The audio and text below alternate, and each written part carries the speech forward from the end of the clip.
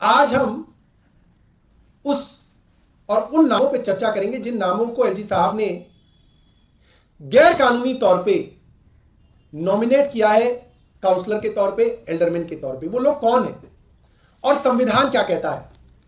संविधान की article 243 are और एस कहता है कि ये वो लोग होंगे जिनके पास स्पेशल नॉलेज और एक्सपीरियंस होगा म्युनिसिपल एडमिनिस्ट्रेशन के अंदर। यानी कि कोई बड़े अफसर होंगे जिनका म्युनिसिपल और निगम के अंदर बड़ा तजुर्बा होगा और एक स्पेशल नॉलेज होगी। वो लोग कौन हैं? वो 10 हीरे कौन हैं जो एलजी साहब ढूंढ के लाए हैं दिल्ली के अंदर, जिनके पास स्पेशल नॉलेज थी? वो उनके बारे में बता दूं। पहले विनोद कुमार बवाना से नरेला जोन में इन्होंने नॉमिनेट किया है। ये कौन है? ये डिस्ट्रिक्ट इंचार्ज है भारतीय जनता पार्टी बवाना के। किसान मोर्चा दिल्ली के भारतीय जनता पार्टी के अध्यक्ष रहे हैं और अभी डिस्ट्रिक्ट इंचार्ज है बवाना के। दूसरे हैं लक्ष्मण आर्या, महामंत्री हैं किसान मोर्चा के रहे हैं और सह संयोजक रहे हैं राष्ट्रीय प्रशिक्षण प्रकल्प भारतीय जनता पार्टी की इकाई के। एमएलए का चुनाव लड़ा भारतीय जनता पार्टी की तरफ से इन्होंने। मुकेश मान नरेला जोन से, स्टेट प्रभारी भारतीय जनता पार्टी पंजाब और उत्तराखंड, राष्ट्रीय संगठन मंत्री किसान मोर्चा ये रहे हैं, दिल्ली प्रेसिडेंट किसान मोर्चा रहे हैं और सचिव रहे हैं भारतीय जनता युवा मोर्चा के। ये है इनकी स्पेशल नॉलेज और एक्सपीरियंस निगम के एडमिनिस्ट्रेशन में। सुनीत चौहान ये जिला संगठन मंत्री रहे हैं भारतीय जनता पार्टी के बवाना जिला से, काउंसलर रहे हैं भारतीय जनता पार्टी के 2017 से 22 तक के। राजकुमार भाटिया चुनाव लड़े हैं भारतीय जनता पार्टी से 2020 में और जिला अध्यक्ष रहे हैं केशवपुरम जोन भारतीय जनता पार्टी के। Mohan Goyal civil line zone से डाला गया इनको, जिला अध्यक्ष रहे हैं नॉर्थ ईस्ट जिला के भारतीय जनता पार्टी के, जाहिर सी बात है। संजय त्यागी बुराड़ी से, जोन सिविल लाइंस, जिला महामंत्री नॉर्थ ईस्ट जिला और किसान मोर्चा जिला महामंत्री रहे हैं भारतीय जनता पार्टी से, जाहिर सी बात है। राजपाल राणा फिर से सिविल लाइन जोन्स, प्रदेश महामंत्री किसान मोर्चा के रहे हैं, जिला महामंत्री नॉर्थ ईस्ट जिले से रहे हैं, भारतीय जनता पार्टी के पार्षद रहे हैं 12 से 17 तक। Manoj Kumar Jain central zone, x treasurer और एक्स सेक्रेटरी रहे हैं दरियागंज वार्ड से भारतीय जनता पार्टी और भारतीय Janata party sports cell Delhi के सेक्रेटरी रहे हैं। यह है इनका तजुर्बा। एमएलए का चुनाव लड़ा है इन्होंने मिंटो रोड से, भारतीय जनता पार्टी की तरफ से हारे हुए हैं। यह तजुर्बा इनका। रोहताश कुमार सेंट्रल जोन जिला अध्यक्ष रहे हैं बदरपुर जिले से भारतीय जनता पार्टी के। अब एलजी साहब जो इतने बड़े नैतिकता के पहाड़ पर चढ़ के गालियां देते हैं चुने हुए मुख्यमंत्री को, मैं उनसे पूछना चाहता हूं, ये भारतीय जनता पार्टी के कार्यकर्ता और भारतीय जनता पार्टी दिल्ली संगठन के अलग अलग पदों पे रहने वाले लोग आपको कहां से मिले? आपने इतना लंबा चौड़ा दिया कि साहब प्रो टर्म मेयर के लिए मैंने इतना बड़ा क्राइटेरिया लिया, इसको इसलिए निकाला, इसको इसलिए निकाला, इसको इसलिए निकाला और फिर भाजपा वाले को निकाल के बोला यही सबसे उपयुक्त है। उसमें भी झूठ बोला। इनको कहां से निकाला? इसका मतलब मैं तो सोचता था उपराज्यपाल बहुत बड़ा पद होता होगा, प्रधानमंत्री राष्ट्रपति से नीचे किससे बात करते होंगे? ये तो डिस्ट्रिक्ट लेवल के लोगों से बात कर करके उनके नामों को लिस्ट बना बना के दे रहे हैं। इनका क्या पद और इनकी क्या मर्यादा? मतलब इन्होंने तो मर्यादा को तार तार कर दिया। और बताता हूं, ये भारतीय जनता पार्टी की छोटी छोटी कैलकुलेशंस के अंदर पार्टी स्टेक होल्डर है। मैं आपको दिखाता हूं कि किस तरीके से सरकार की नोटिफिकेशन का मुखौल उड़ाया जाता है। जोन के अंदर ये सारे के सारे एल्डरमैन नॉमिनेट होते हैं। अब जाहिर सी बात है, आपको इतने बड़े बड़े एक्सपर्ट ढूंढने तो जोन के हिसाब से तो नहीं ढूंढने जाते। एलजी साहब भारतीय जनता पार्टी के छोटे छोटे नेताओं के साथ बैठ के डिस्कस करके, डिस्ट्रिक्ट लेवल के नेताओं के साथ बैठ के डिस्कस करके ये लिस्ट बना रहे हैं। तो जो पहली नोटिफिकेशन हुई उसके अंदर जो उन्होंने एल्डरमैन दिए, वो गलती से उन्होंने एक एल्डरमैन रोहिणी जोन में दे दिया और एक एल्डरमैन साउथ जोन में दे दिया। वो गलती कैसे हो गई? कोई बात नहीं, ऑफ रहने दो, ऑफ रहने दो, आप उसी को दिखाओ। वो गलती इसलिए हो गई कि वो जो रोहिणी जोन का जो एड्रेस था, इनको लगा कि वो नरेला जोन का एड्रेस है, गलती से दे दिया। और जो सेंट्रल जोन का एड्रेस था, इनको लगा वो गलती से साउथ जोन का एड्रेस दे दिया, क्योंकि ये दोनों जोन आसपास हैं। इसमें कई इलाके ऐसे हैं जिसमें एड्रेसेस का बहुत कंफ्यूजन है कि किस जोन में आता है।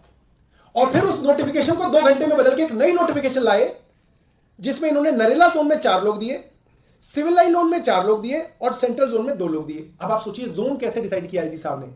ये इतने बड़े नैतिकता के पहाड़ पे क्या बैठ के डिसाइड कर रहे थे कि जोन के अंदर चेयरमैन भारतीय जनता पार्टी का बन जाए, उसकी जो है कैलकुलेशन कर रहे थे ये जिला लेवल के नेताओं के साथ बैठ के एलजी साहब कि नरेला के अंदर आम आदमी पार्टी के 10 पार्षद हैं और भाजपा के 6 हैं। तो इन्होंने सोचा यहां पे अगर मैं 4 भाजपा के दे दूं तो ये आम आदमी पार्टी के बराबर आ जाएंगे और हो सकता है जो चेयरमैन है और जो स्टैंडिंग कमेटी का जो मेंबर यहां से जाएगा हो सकता है वो बीजेपी का चले जाए। ये काम कर रहे थे एलजी साहब। दूसरा, सिविल लाइन जोन के अंदर आम आदमी पार्टी के 9 पार्षद हैं, बीजेपी के 6 पार्षद हैं। तो यहां भी एक छोटी मानसिकता, एक बहुत छोटी राजनीति का परिचय देते हुए एलजी साहब ने सिविल लाइन जोन में 4 आदमी जो है एल्डरमैन के लिए डाले ताकि भारतीय जनता पार्टी के 10 हो जाए और आम आदमी पार्टी के 9 हो जाए, ताकि किसी तरीके से जो है भारतीय जनता पार्टी का एक मेंबर और स्टैंडिंग कमेटी में पहुंच जाए और एक जोन पे और इनका चेयरमैन बीजेपी का आ जाए। ये स्तर है उपराज्यपाल महोदय का। सोचिए, तीसरी गलती क्या कर दी इन्होंने, गलती से साउथ जोन में एक इन्होंने एल्डरमैन दे दिया और गलती को दूर करते हुए इन्होंने साउथ जोन वाला एल्डरमैन काट के उसको सेंट्रल जोन में दिया। और क्यों दिया, अब यहां देखिएगा, बड़ा इंटरेस्टिंग है। सेंट्रल जोन में आम आदमी बीजेपी का आ जाए, ये स्तर है उपराज्यपाल महोदय का। सोचिए, तीसरी गलती क्या कर दी इन्होंने, गलती से साउथ जोन में एक इन्होंने एल्डरमैन दे दिया और गलती को दूर करते हुए इन्होंने साउथ जोन वाला एल्डरमैन काट के उसको सेंट्रल जोन में दिया। और क्यों दिया, अब यहां देखिएगा, बड़ा इंटरेस्टिंग है। सेंट्रल जोन में आम आदमी पार्टी के 13 पार्षद हैं, बीजेपी के 10 पार्षद हैं।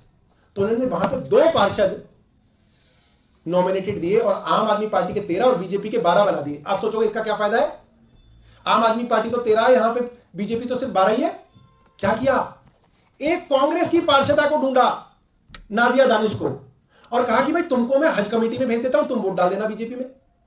यहां पे भी सीधा कैलकुलेशन, ऐसा नहीं है कि कांग्रेस का कोई पार्षद रैंडमली इन्होंने बना दिया, नहीं, यहां पे भी कैलकुलेशन ढूंढी कि सेंट्रल जोन के अंदर कैसे बीजेपी का चेयरपर्सन बन जाए। तो यहां पे कांग्रेस के एक पार्षदा को लालच देके इन्होंने हज कमेटी के अंदर मेंबर बनाया, जिसकी चर्चा कल जो है मुख्यमंत्री जी ने की कि कैसे इन्होंने इलेक्टेड गवर्नमेंट को बाईपास करके, बेईमानी करके, गैर कानूनी अपने ऑफिस का प्रयोग करके इन्होंने एक हज कमेटी का मेंबर, एक कांग्रेस की पार्षदा को बनाया। अब आप सोचिए कि हमारे एलजी ऑफिस का और उपराज्यपाल का क्या स्तर हो गया है। ये जोन लेवल पे, जिला लेवल के भारतीय जनता पार्टी के नेताओं के साथ बैठ के ये लिस्ट तैयार कर रहे हैं और वो लिस्ट गलत हो गई तो नोटिफिकेशन वापस करके नया नोटिफिकेशन ला रहे हैं। भाई आप क्या कर रहे हैं एलजी साहब, कहां से कहां आपने इस दफ्तर को पहुंचा दिया। एक और कल प्रेस रिलीज आई थी एलजी साहब की और बड़ी हास्यास्पद प्रेस रिलीज थी। उसमें बोला इन्होंने कि मेरे पास जो प्रो टर्म मेयर बनाने के नाम आए थे उसमें इसको इसलिए निकाला, इसको इसलिए निकाला, इसको इसलिए निकाला और आखिरी में बीजेपी की पार्षदा को ढूंढा और उसमें भी झूठ बोला। मैं बताता हूं झूठ कैसे बोला। एलजी साहब ने बोला कि नीमा भगत और सत्या शर्मा के नाम लास्ट में बच गए। नीमा भगत एमए है, सत्या शर्मा बीए है। अब यहां तो नीमा भगत ऊपर आ गई, एलजी साहब फंस गए। उन्होंने तो 5वीं 10वीं वालों को ऐसे निकाला था। तो बोला कि नहीं, सत्या शर्मा एक बार मेयर रही है और ये भूल गए कि नीमा भगत भी मेयर रही है।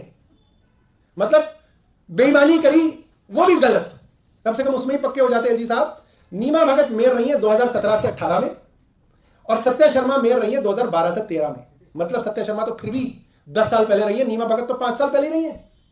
अब एलजी साहब से मेरा जानना है, मैं जानना चाहूंगा कि भाई अब आपकी जो एलिमिनेशन थ्योरी थी उसमें अगर इसको फिट करो, इसमें तो फिर सत्या शर्मा एलिमिनेट हो जाएंगी क्योंकि वो बीए है, नीमा भगत एमए है। फिर तो एलजी साहब फंस गए। अब क्या एलजी साहब दोबारा से नोटिफिकेशन निकालेंगे, जैसे एल्डरमैन का नोटिफिकेशन वापस लिया, अब क्या दोबारा नोटिफिकेशन आएगा कि भाई नीमा भगत जो है अब प्रो टर्म मेयर रहेंगी। अब ये बेईमानी क्यों हो रही है, आप इस बात को समझिए। ये बेईमानी इसलिए हो रही है क्योंकि एक प्रिसाइडिंग ऑफिसर जिसके पास सिर्फ एक मेयर का इलेक्शन कराने का काम था, उससे ये तीनों इलेक्शन जोड़ जबरदस्ती करके कराना चाहते हैं और एक साथ कराना चाहते हैं। क्योंकि मेयर जो कहेगी वो उस चुनाव में हो जाएगा। वो कहेंगे कि इसकी वोट कैंसिल, तो उसकी वोट कैंसिल हो जाएगी। वो कहेंगे कि इसकी मेंबरशिप कैंसिल, उसकी मेंबरशिप कैंसिल हो जाएगी। वो कहेंगे कि अब इनको भी वोट देने का अधिकार है, तो उनको वोट देने का अधिकार मिल जाएगा। फिर आम आदमी पार्टी कोर्ट जाते रहे, 5 साल तक कोर्ट में हम लड़ते रहेंगे। ये यहां पे 5 साल जो है बेईमानी से, चोर दरवाजे से भारतीय जनता पार्टी की सरकार चलवा देंगे। ये कारण है कि एक एलजी जैसे संवैधानिक पद पे बैठे एक आदमी इस बहुत निम्न तरीके की राजनीति के अंदर इतने इन्वॉल्व हैं और ऊपर से उस नैतिकता के पहाड़ पे चढ़कर चिट्ठियां लिखते हैं